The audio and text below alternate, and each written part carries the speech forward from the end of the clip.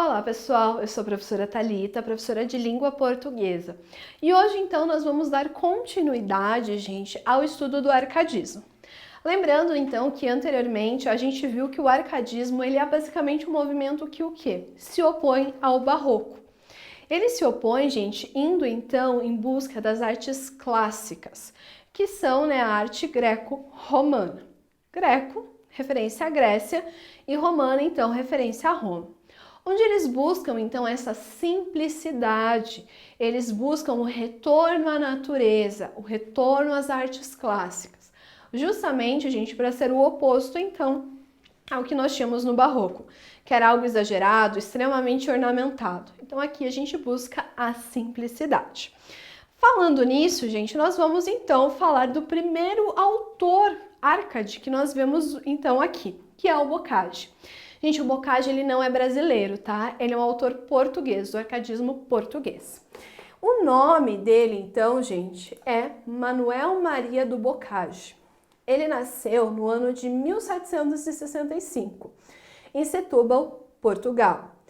Ele usava, então, o pseudônimo ou nome pastoril Eumano Sadino. Eumano, gente, é um anagrama do seu primeiro nome, Manuel, e Sadino é especificamente fazendo relação então com a cidade que ele nasceu. A obra do Boccaccio ela se divide em satírica e lírica. Ele utiliza-se então do formato do soneto. A poesia lírica dele tem duas faces.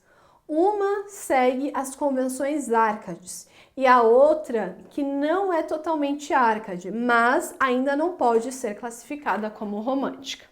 Então, gente, o Boccaccio ele vai seguir inicialmente todos os preceitos então do arcadismo. Então, por exemplo, ele usa o pseudônimo, ele vai escrever sobre a coisa simples e tudo mais. Então, essa primeira face dele é totalmente arcade.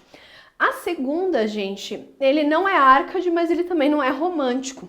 Ele antecipa algumas coisas, mas o foco dele ainda não é então o romantismo. Bom, gente, nós temos aqui então um exemplo de um poema do Boccaccio, Convite a Marília. Já se afastou de nós o inverno agreste, envolto nos seus úmidos vapores. A fértil primavera, a mãe das flores, o prado ameno de boninas veste, varrendo os ares o sutil nordeste, os torna azuis as aves de mil cores. Adejam entre zéfiros e amores, e toma o fresco tejo a cor celeste. Vem, ó Marília, vem lograr comigo, destes alegres campos a beleza, destas copadas árvores o abrigo. Deixa louvar de corte a vã grandeza. Quanto me agrada mais estar contigo, notando as perfeições da natureza. Bom, gente, como eu falei anteriormente, eles retomam então o que é clássico. Por exemplo, a estrutura do soneto. A gente já tinha visto isso lá no barroco. Mas o que chama a atenção? Primeira coisa, ele traz muitos elementos da natureza. Então, o inverno, a primavera, ele fala dos úmidos vapores, a mãe das flores. Então, ele também traz ali a questão do Nordeste e também, gente, ele traz muito de mitologia. Então, ele traz zéfiros, amores e ele faz uma referência ao rio Tejo. Para quem não sabe, gente, lá no livro Os Lusíadas, de Camões, ele faz referência às musas do rio Tejo. É um rio importante lá em Portugal. E, gente, essas musas do rio Tejo, elas fazem parte, então, dessa mitologia pagã. E daí, gente, ele fala para Marília, sua pastora, para eles irem, então, aproveitar a vida deles junto à natureza. Então, ele fala destes alegres campos a beleza, dessas copadas árvores o abrigo. Então, a todo momento, gente, ele está falando justamente o quê? Dessa questão da natureza. Então, ele segue aqui, gente, exatamente a estrutura Arcade. Aí, na sequência, nós temos importuna razão, não me persigas.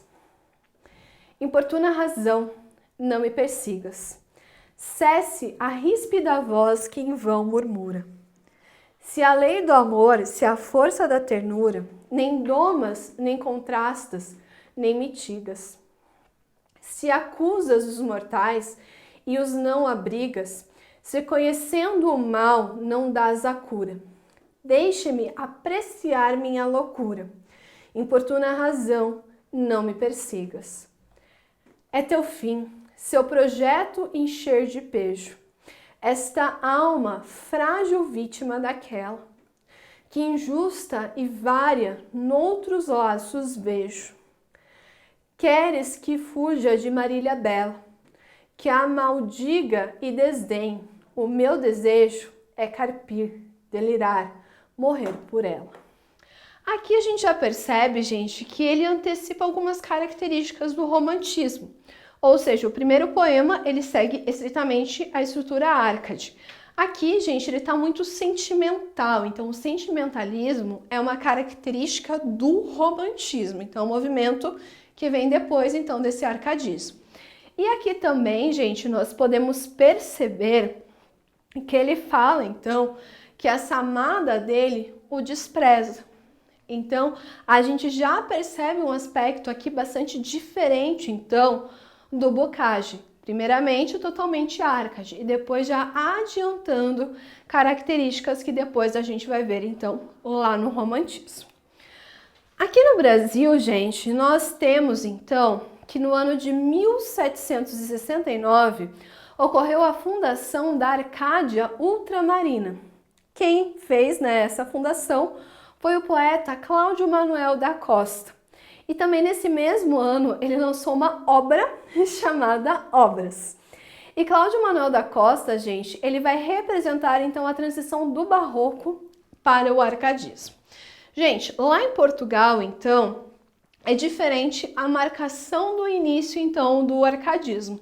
Aqui no Brasil, ambas as marcações no mesmo ano, tanto a fundação da Arcádia Ultramarina, quanto também a publicação do livro do Cláudio Manuel da Costa, ambas aqui, gente, são marcações, então, onde nós vemos já o arcadismo aparecendo.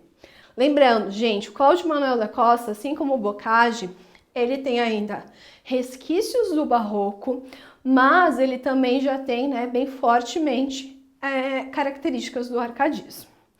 Falando especificamente, então, do Cláudio Manuel da Costa, ele nasceu no ano de 1729, na cidade de Mariana, em Minas Gerais. Ele foi aluno de padres jesuítas. Ele foi para Coimbra cursar, então, a faculdade de Direito. Ele exerceu, então, a advocacia na cidade de Vila Rica. Ele foi denunciado como participante da Inconfidência Mineira e acabou sendo preso. Na prisão, supostamente suicidou-se no ano de 1789. Gente, então aqui, né, Cláudio Manuel da Costa, poeta mineiro, formado em Direito. Ele, gente, então, foi um dos que participou da Inconfidência Mineira. Como ele estava preso, gente, nós temos essa suposição da morte dele, por quê? O dia que ele se matou foi a véspera dos juízes irem lá para pegar o depoimento dele. Pode ser que tenha sido uma queima de arquivo, né, como a gente popularmente fala, ou então ele preferiu tirar a própria vida do que contar o que ele sabia. Então a gente não tem essa confirmação. E as características, gente, do Cláudio Manuel da Costa são: a sua obra ela pode ser considerada de transição entre o barroco e o arcadismo. Manifesta-se em sua poesia uma postura racionalmente árcade e emocionalmente barroca. O nome pastoril dele, então, é Gloucester Saturnio e utilizava-se como plano de fundo as penhas, que a gente chama de rochas. Então, gente, nós temos aqui um poeta de transição. Então, ele traz características do barroco e do arcadismo. E também, gente, nós vemos que a parte emocional dele é totalmente barroca, mas a parte racional é árcade. E claro, né, gente, os cenários que ele vai usar são na natureza, utilizando-se então de rochas. Aqui nós temos o soneto 22. Neste álamo sombrio, aonde a escura noite produz a imagem do segredo, em que apenas distingue o próprio medo, do feio assombro a rógida figura. Aqui, onde não geme, não murmura, zéfiro brando em fúnebre arvoredo, sentado sobre o tosco de um penedo, chorava, fido, a sua desventura. As lágrimas, a penha entristecida, um rio fecundou, donde manava, da ânsia mortal a cópia derretia. A natureza em ambos se mudava, abalava-se a penha comovida. Fido, estátua de dor, se congelava. Aqui, gente, nós podemos observar imagens bastante escuras. E essas imagens escuras, gente, elas são típicas, então, do que a gente vê no Barroco. Em contraposição, a gente tem o soneto número 13. Nice, onde estás? Aonde espera achar-te uma alma que por ti suspira, se quanto a vista se dilata e gira, tanto mais de encontrar-te desespera.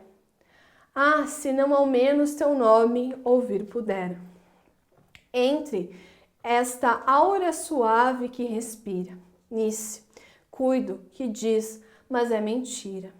Nice, cuide que ouvia, e tal não era. Grutas, troncos, penhascos de espessura, se o meu bem, se a minha alma em vós se esconde, mostrai-me a sua formosura, nem ao menos e o eco me responde. Mas, como é certa a minha desventura. Nice, onde estás? Aonde? Aqui a gente já vê que ele tem, mais uma estrutura árcade, justamente porque, gente, ele está mais ligado a essa admiração da sua amada. Então, gente, como características da sua poesia, nós temos a ambientação sempre no bosque, algo desconexo, então, à paisagem brasileira. Já o pastor Galseste Saturnio encontra-se em meio a penhas, elemento comum da terra natal do escritor, que é Mariana. Com base na paisagem mineira em sua poesia, alguns críticos classificam-no como poesia telúrica, que significa poesia da terra.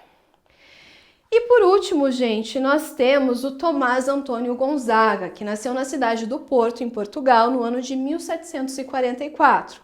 Filho de brasileiros, estudou também com jesuítas, só que na Bahia. Também foi estudar Direito em Coimbra. Ficou noivo em 1787 de Maria Doroteia de Seixas, uma jovem que na época tinha 18 anos, e o Tomás Antônio Gonzaga tinha 40. Ele foi preso, então, durante a Inconfidência Mineira, acusado de participação na revolta. Ficou 3 anos preso na Ilha das Cobras, no Rio de Janeiro. Faleceu em Moçambique no ano de 1810. Bom, gente, falamos aqui dos principais poetas, então, do arcadismo. Aguardo vocês na próxima aula. Até mais!